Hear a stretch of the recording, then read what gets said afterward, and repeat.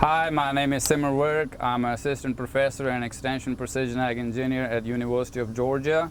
And today I'll be talking about our planter research work that we've been doing last 2 to 3 years here in Gibbs. And this year we have both the cotton and the peanut studies in Midville, Georgia. And what we're looking at this year is that as new planting technology is being introduced in the market, the newer systems are capable of doing a lot faster planting and also providing a lot better singulation and emergence. So we have growers who are looking to invest into these options, but also kind of want to know what the current capabilities of the planting machinery we have today. So we have a very similar setup for both cotton and peanut. For our cotton study, we did 3 different speeds at 3, 5, and 7, and that kind of captures the 3 to 5 captures the nominal speed that the growers utilize for their operation with the conventional planting equipment, and the 7 was kind of a little higher, so we want to see how it affects our planting. And also, anytime you speed up with the planter, you also need to make sure the planter is stable, so we also utilize 3 different down forces of 0, 100, and 200 pounds to see if we can get a better performance at a different down force.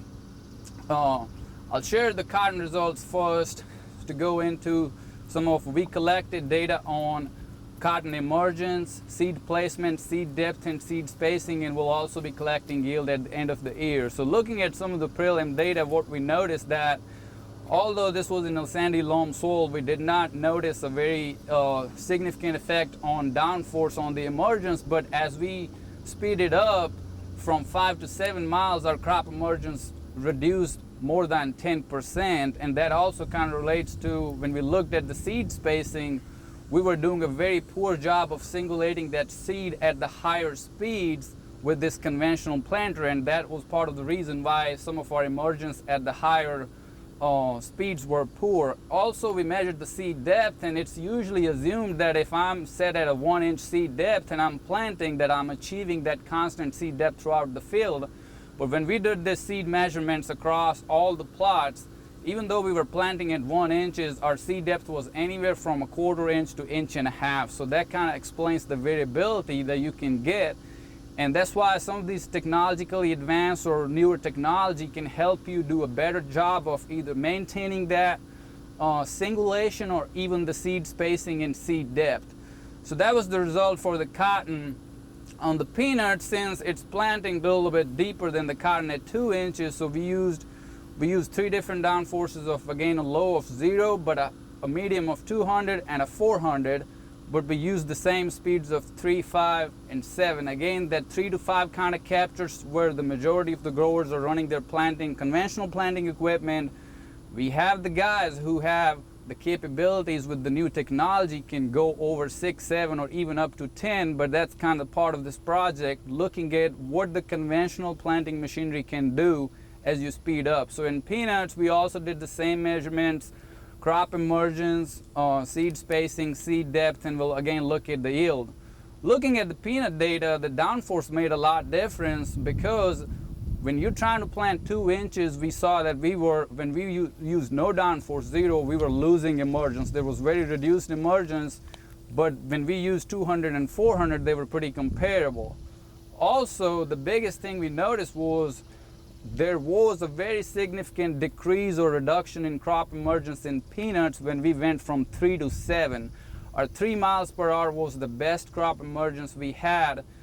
Also, part of the reason for that is we're planting 6 seeds to the foot, which is about 87,000 seeds per acre. When you're planting that higher seeding rate, you need to slow down to make that planter do its job really well and singulate that seed.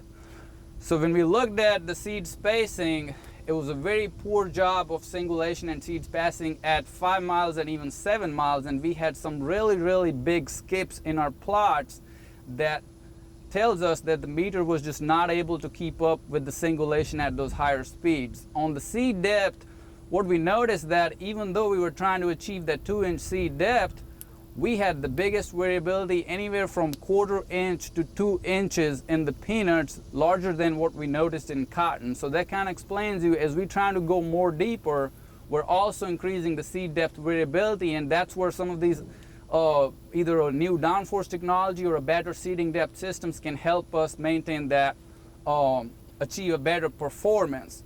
So what we got out of the results from both cotton and peanuts is some of these conventional systems, you can maybe go up to maybe 4 or 5 miles per hour, but anything beyond that, there is a very increased tendency of losing seed spacing, singulation, and ultimately affecting your crop emergence. When we look at the yield data later in the year, we'll for sure verify some of these results with the yield, where we notice a lot of reduced emergence in peanuts, as low as maybe 30% in some plots. So that was the results from this year. Again, we will continue doing this type of work. And feel free to, if you have any questions or need more information, feel free to reach your agents or us directly.